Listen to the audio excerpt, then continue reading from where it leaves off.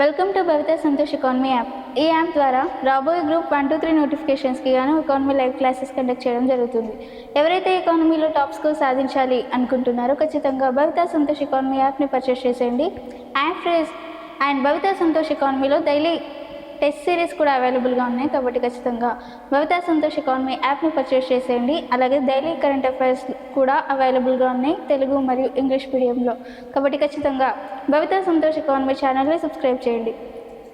And ఈరోజు daily current అఫైర్స్లో భాగంగా కొన్ని టాపిక్స్ని మనం మాట్లాడుకుందాం. దాంట్లో first topic Hindu rate of growth. మరి హిందూ రేట్ ఆఫ్ గ్రోత్ అంటే మనకి గ్రాస్ డొమెస్టిక్ ప్రోడక్ట్, మనకి జీడిపిని మనం గ్రాస్ డొమెస్టిక్ ప్రోడక్ట్ అని అంటాం. కానీ 1970లో రాజ్ కృష్ణన్ అనే ఒక ఎకానమిస్ట్ ఈ జీడిపిని హిందూ రేట్ ఆఫ్ గ్రోత్ అని ఇవ్వడం జరిగింది. ఏమని? హిందూ రేట్ ఆఫ్ గ్రోత్ అని ఇవ్వడం జరిగింది.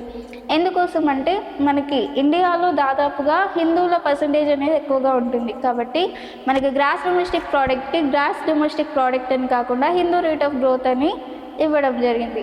మనకి రీసెంట్గా ప్రధాని నరేంద్ర మోడీ గారు దీనిపై వ్యాఖ్యానిస్తూ మనకి జీడిపి గ్రాస్ డొమెస్టిక్ ప్రోడక్ట్ అనేది ఒక ఆర్థిక పదం మాత్రమే, మరి దీనికి మత సంబంధిత విషయం కాదు, అంటే మతాన్ని ఇందులో లాగకూడదు, ఇది ఆర్థిక పరమైంది కాబట్టి గ్రాస్ డొమెస్టిక్ ప్రోడక్ట్ అని మాత్రమే అనాలి, హిందూ రేట్ ఆఫ్ గ్రోత్ అని అనకూడదు అని చెప్పి దీనిపై హిందూ రేట్ ఆఫ్ గ్రోత్ అనే పదంపై విమర్శించడం జరిగింది. So in 1970 the Hindu rate of growth, the name of this Hindu rate of growth is given by Raj Krishnan. He is a famous economist in Delhi School of Economics. So he was given gross domestic product to Hindu rate of growth. Why? Because in India a lot of peoples, or 80% of the peoples are Hindus. So in that case he was given name Hindu rate of growth to gross domestic product. In 1970 he was given name on 1970, and recently Prime Minister Narendra Modi says that Hindu rate of growth, so gross domestic product is economic word, not a religious word. So don't call GDP as Hindu rate of growth, only call gross domestic product and don't use the word Hindu rate of growth. So he was seriously discriminated on this word Hindu rate of growth. Next న్యాయ Setu WhatsApp app. మరి న్యాయ Setu WhatsApp app అనేది ఎందుకోసం ఏర్పాటు చేశారు అంటే మనకి ఎప్పుడైతే ఏదైనా ఆస్తి తగాదాలు కానీ కుటుంబానికి సంబంధించిన ఏదైనా గొడవలు వచ్చినప్పుడు న్యాయ సేతు వాట్సాప్ యాప్ ద్వారా మనకి ఈజీగా వాట్సాప్లోని సమాచారాన్ని ఇచ్చే విధంగా ఈ న్యాయ సేతు వాట్సాప్ యాప్ని రూపొందించడం జరిగింది. మరి న్యాయ సేతు వాట్సాప్ యాప్ యొక్క నెంబర్ ఏంటి అంటే 7217711814. మరి దీనిలో భాగంగా మనకి ఏదైనా గొడవలు ఉన్నప్పుడు మనకి కోర్టుల దాకా వెళ్లకుండా వాట్సాప్లోనే ఇంట్లోనే ప్రతి ఒక్కరికి అందుబాటులో ఉండే విధంగా ఈ వాట్సాప్ నెంబర్కి సమాచారాన్ని అందిస్తే వాట్సాప్ల రూపంలోనే వాళ్ళు దానికి సంబంధించిన పరిష్కారాన్ని వాట్సాప్లలో అందజేస్తారు. ఇది వాట్సాప్ సేతు, ఇది న్యాయ సేతు వాట్సాప్ యాప్. ప్రతి ఒక్కరికి సేవలను ఉచితంగా అలాగే సులభంగా అందించాలి అన్న ఉద్దేశంతో ఈ న్యాయ సేతు వాట్సాప్ యాప్ని ఏర్పాటు చేయడం జరిగింది. So Nyaya Setu WhatsApp app is introduced. So the purpose of this Nyaya Setu WhatsApp app is to provide free services and easy services to the public. So the WhatsApp number is 7217711814. So because of this WhatsApp number they are providing free services in WhatsApp. So who are having any issues, they are send information through this WhatsApp number. So they are freely and easily given solution for that issue. So this is about Nyaya Setu WhatsApp app. and this Nyaya Setu WhatsApp app it is mostly used for everyone and free services and easy services through WhatsApp. So because of this Nyaya Setu WhatsApp app was introduced. 3D ప్రింటింగ్తో automatic వాతావరణ కేంద్రాలు, మనకి 3D ప్రింటింగ్తో automatic వాతావరణ కేంద్రాలను ఏర్పాటు చేశారు. ఇవి సోలార్తో ఏర్పాటు చేశారు. మరి ఈ 3D ప్రింటింగ్ ఆటోమేటిక్ వాతావరణ కేంద్రాలని మనకి భారత శాస్త్రవేత్తలు మిషన్ మౌసంలో భాగంగా ఈ 3D ప్రింటింగ్ ఆటోమేటిక్ వాతావరణ కేంద్రాలను ఏర్పాటు చేశారు. ఎందుకంటే దేశంలో నలుమూలన వాతావరణాలను అంచనా వేయాలి అన్న ఉద్దేశంతో ఈ 3D ప్రింటింగ్ ఆటోమేటిక్ వాతావరణ కేంద్రాలని ఏర్పాటు చేశారు. మరి ఈ 3D ప్రింటింగ్ వాతావరణ కేంద్రాల యొక్క మొదటి సెంటర్ని ఢిల్లీలో ఏర్పాటు చేస్తున్నారు. అనదర్ సెంటర్ని కోల్కతా, ముంబై మరియు చెన్నైలో ఏర్పాటు చేస్తున్నారు. మొదటి సెంటర్ని ఎక్కడ ఏర్పాటు చేస్తున్నారు? ఢిల్లీలో. వేరే సెంటర్స్ని కోల్కతా, ముంబై, చెన్నైలో ఏర్పాటు చేస్తున్నారు. So automatic weather stations with 3D printing. So this design was innovated by Indian scientists in a part of Mission MOSAM. So the purpose is for 3D printing automatic weather stations is to calculate or measure weather conditions in all over India. So the first center of this 3D printing automatic weather stations was established in Delhi, and another centers was introduced in Kolkata, Mumbai, Chennai in very soon. Next KCR farm house ముందు ముంపు బాధితుల ధర్నా. మనకి KCR farm house మనకి రకరకాల ప్రాజెక్టుల పేర్లతో ఉన్న భూములను లాక్కొని ఆ భూములను ముంపు బాధితులకు గురి చేయడం జరిగింది. అంటే మేము ప్రాజెక్ట్స్ కడుతున్నాము అని కొత్త ప్రాజెక్ట్స్ పేరుతో ఉన్న ల్యాండ్స్ని తీసుకున్నారు అప్పటి ప్రభుత్వం. మరి అప్పుడు ఎవరైతే ల్యాండ్స్ని ప్రాజెక్ట్ కోసం ఇచ్చారో వాళ్ళు ఎవరైతే ముంపుకు గురి అయ్యారో ఆ బాధితులు కేసీఆర్ ఫామ్ హౌస్ ముందు ధర్నా కోసం కూర్చున్నారు. మరి కేసీఆర్ ఫామ్ హౌస్ ముందు ధర్నా కోసం కూర్చున్న ప్రజలకి నాయకత్వం ఎవరు వహించారు అంటే నర్సారెడ్డి అనే వ్యక్తి నాయకత్వం వహించారు. ఈయన పూర్వం కాంగ్రెస్ పార్టీ అధ్యక్షుడిగా అంటే కాంగ్రెస్ పార్టీలో ఎమ్మెల్యేగా పనిచేశాడు. ఇప్పుడు రీసెంట్గా ఈయన నర్సారెడ్డి ఈ బాధితుల ధర్నాకి నాయకత్వం వహించడం జరిగింది.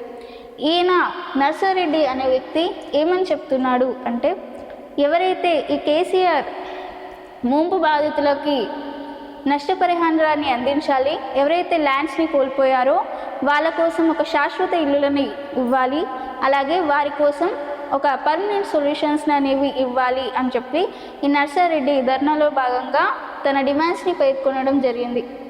ఎందుకోసం? మనకి డిమాండ్స్ ప్రాజెక్ట్స్ పేరుతో భూమిని కోల్పోయిన వారి కోసం. Flood victims protest in front of farm house.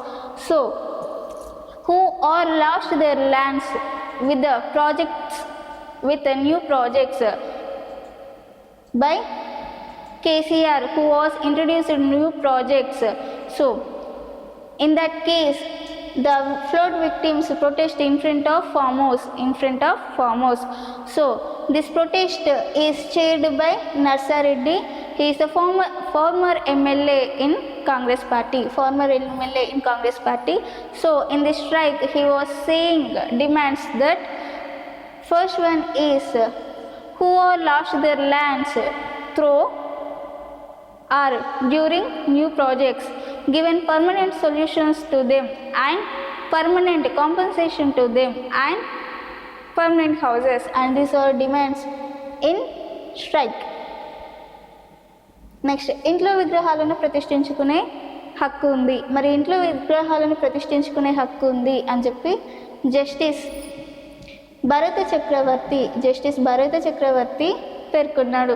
అంటే అంతకుముందు చెన్నైలో ఎన్నూరులో కార్తిక్ అనే వ్యక్తి తన ఇంటి ముందు విగ్రహాలను ప్రతిష్ఠించుకున్నాడు. మరి ఆ విగ్రహాలను ప్రతిష్ఠించుకున్నందుకు ఆ ఏరియాలో చాలామంది చనిపోయారు అని చెప్పి చాలామంది కొన్ని ఆరోపణలు వేయడం జరిగింది. ఇందుకు కారణంగా అక్కడ గవర్నమెంట్ ఆఫీసర్స్ ఎవరైతే ఉన్నారో అంటే దీనివల్లనే చనిపోతున్నారు అని చెప్పి ఆ ఇంటి ముందట విగ్రహాలను పెట్టుకోకూడదు అని చెప్పి ఆ విగ్రహాలను తీసేశారు. మరి దీనికోసం A కార్తిక్ అనే వ్యక్తి తనకి జస్టిస్ కావాలి అనే ఉద్దేశంతో మద్రాస్ హైకోర్టుని ఆశ్రయించాడు. ఆ మద్రాస్ హైకోర్టులో జస్టిస్గా ఎవరున్నారు అంటే జస్టిస్ భరత చక్రవర్తి ఉన్నాడు. మరి జస్టిస్ భరత చక్రవర్తి ఏమని సొల్యూషన్ ఇచ్చాడు లేదంటే జస్టిస్ ఇచ్చాడు అంటే మనకి విగ్రహాలను ఎవరైనా ఇంటి ముందు ఏర్పాటు చేసుకోవచ్చు, దానికి పక్కింటి వాళ్ళని ఎదురింటి వాళ్ళని చుట్టాలని రిలేటివ్స్ని అందరినీ పిలుచుకోవచ్చు. మరి ఇంటి ముందు విగ్రహాలను ఏర్పరచుకోకూడదు, పూజలు చేయకూడదు అనే రైట్ ఎవరికీ లేదు అని చెప్పి జస్టిస్ భరత చక్రవర్తి రీసెంట్గా జస్టిస్ ఇవ్వడం జరిగింది. So everyone has the right to install idols in home, right to install idols in home. So this justice is given by Justice Bharat Chakravarti, Madras High Court Chief Justice. So and recently one person in Chennai, A Karthik, he was installed idols in his own house. So because of that a lot of people died. In that case government removed idols from his house. So A Karthik directly went to Madras High Court and asked justice for him, and in that case Madras High Court Chief Justice Bharata Chakravarti given justice and saying that installing idols in home is everyone's right and nobody has no right to question on that. And this is about everyone has a right to install idols in home. Next NREGA Bachao Sangram. మరి నరేగా బచావో సంగ్రామ్ అంటే ఏంటి అంటే మనకి ఎంజేఎన్ఆర్ఈజీఏ అంటే మహాత్మా గాంధీ ఉపాధి హామీ పథకంలో భాగంగా వాటిని ఎంజేఎన్ఆర్ఈజీఏని పరిరక్షించే ఉద్దేశంతో ఈ నరేగా బచావో సంగ్రామ్ని కాంగ్రెస్ పార్టీ ఏర్పాటు చేసింది. మరి ఈ నరేగా బచావో సంగ్రామం కోసం 9 మందితో పాటు ఈ నరేగా బచావో సంగ్రామ్ని ఏర్పాటు చేసింది. మరి దీనికి కన్వీనర్గా ఈ నరేగా బచావో సంగ్రామంకి కన్వీనర్గా ఎవరిని ఏర్పాటు చేసింది లేదంటే ఎన్నుకుంది అంటే అజయ్ మెకానో అనే వ్యక్తిని కన్వీనర్గా ఎన్నుకుంది. అలాగే మంత్రి సీతక్కని కూడా ఈ నరేగా బచావో సంగ్రామంలో ఎన్నుకోవడం జరిగింది. అంటే 9 మందిలో ఒకరిగా ఎన్నుకోవడం జరిగింది. So NREGA Bachao Sangram it was established by Congress party with the protection of MJNREGA scheme. So the convener of Narega Bachao Sangram is Ajay Mekano, and this Narega Bachao Sangram Minister Sitaka is also appointed for this Narega Bachao Sangram. Next 1,00,000 మంది drone సైనికులతో భైరవ దళం. మనకి మారుతున్న కాలంతో పాటు మనం కూడా మారాలి. అంటే మనకి టెక్నాలజీ అనేది రోజుకి ఇంప్రూవ్ అవుతుంది. మరి ఆ టెక్నాలజీతో పాటు మనం కూడా ఇంప్రూవ్ అవ్వాలి అన్న ఉద్దేశంతో 1,00,000 మంది డ్రోన్ ఆపరేటర్స్తో ఒక సైన్యాన్ని ఏర్పాటు చేయడం జరిగింది. మరి ఆ 1,00,000 మంది డ్రోన్ ఆపరేటర్స్ ఎవరైతే ఉన్నారో వాళ్ళని శత్రుదేశ యొక్క స్థావరాలను తెలుసుకొని వాటిని ధ్వంసం చేయాలి అన్న ఉద్దేశంతో 1,00,000 మంది డ్రోన్ సైనికులతో ఒక దళాన్ని ఏర్పాటు చేయడం జరిగింది. దీంట్లో 1,00,000 మంది డ్రోన్ సైనికులతో అంటే డ్రోన్ ఆపరేటర్స్తో ఒక దళాన్ని ఏర్పాటు చేశారు. మరి దీనికోసం సపరేట్ ట్రైనింగ్ కూడా ఉంటుంది. ఆ డ్రోన్ ఆపరేటర్స్ ద్వారా ఈజీగా శత్రు దేశాల యొక్క స్థావరాలని తెలుసుకునే ఉద్దేశంతో.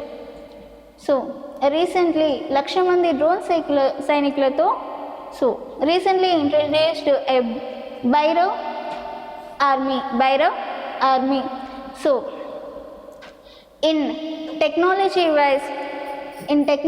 wise Indian Army is developing with the technology. So Indian Army is introducing 1 lakh drone trainers in this Bhairav army, in this Bhairav army.